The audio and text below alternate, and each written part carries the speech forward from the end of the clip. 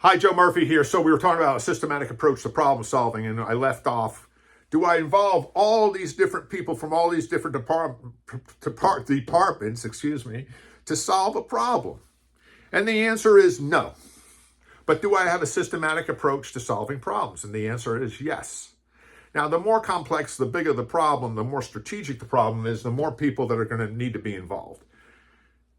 Depending on the size of the problem and the type of problem it is, you're going to decide who needs to be in that meeting. If it's an IT-related problem, you might just have the IT staff in that problem-solving conversation. If the problem can be addressed immediately, I do go through a process. I go, what is the problem?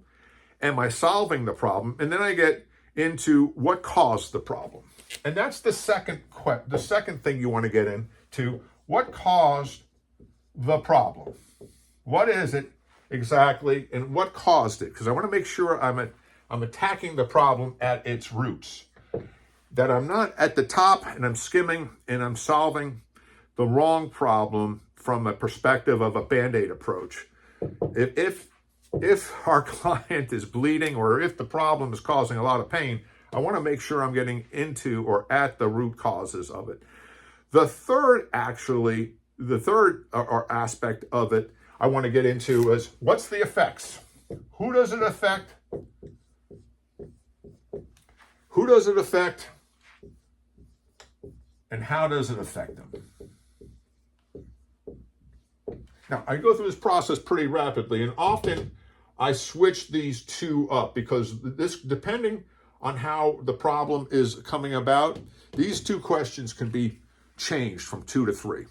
The fourth thing I do is I start going, okay, what's the best solution? Or what's a solution?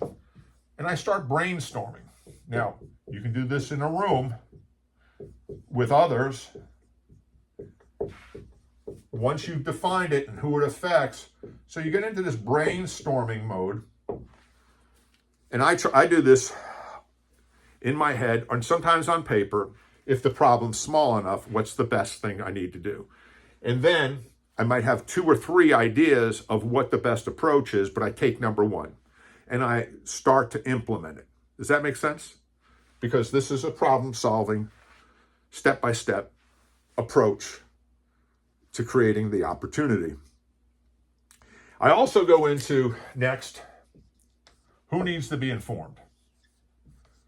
And this is the effects. Who needs to be informed? Because the effects, if I've got a client, and I've done a lot of consulting order type things, and I also did IT outsourcing where we ran and managed IT organizations for the business. And what happens is if there's a problem in IT, it's going to affect the people in the business, which is going to affect their customers. And they need to know what it is, what the challenge is, what we're doing about it, when we believe it's going to be solved, and what's the effect to the customers. So this way they can get out in front of it. Now, once I understand those things, or once I've got a plan in place and I start thinking about the challenges and who it affects and how it affects them, I now become an advisor to the internal people of the organization.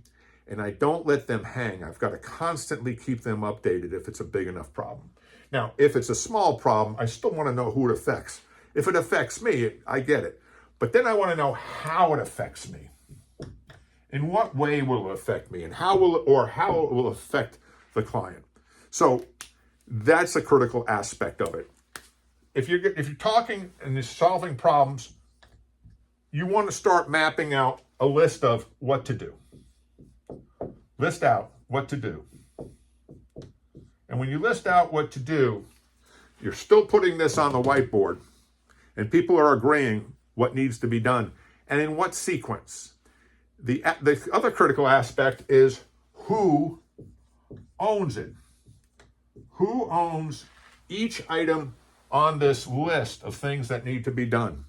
And this is a critical aspect. Who owns each item on the list?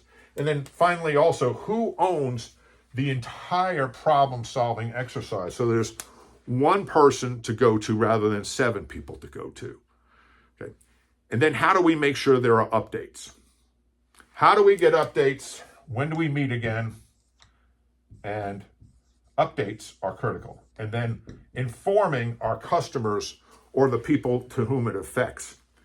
The last thing is, and it's really not the last thing because you created this mindset, is looking for opportunities up and down so that, number one, it won't happen again. Number two, is there an opportunity that we can do something different that we weren't doing before, either through another piece of software or a technology or through a process and approach that's, number one, either going to eliminate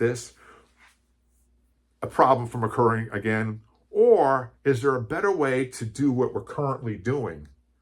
Because maybe we haven't looked at this problem, or we haven't looked at this process or this technology before or for a while, and we need to do something else. So that's where the opportunity comes in, where we make things better and we change the way we do things altogether. I'm Joe Murphy, and I am here for your success. Thanks for watching.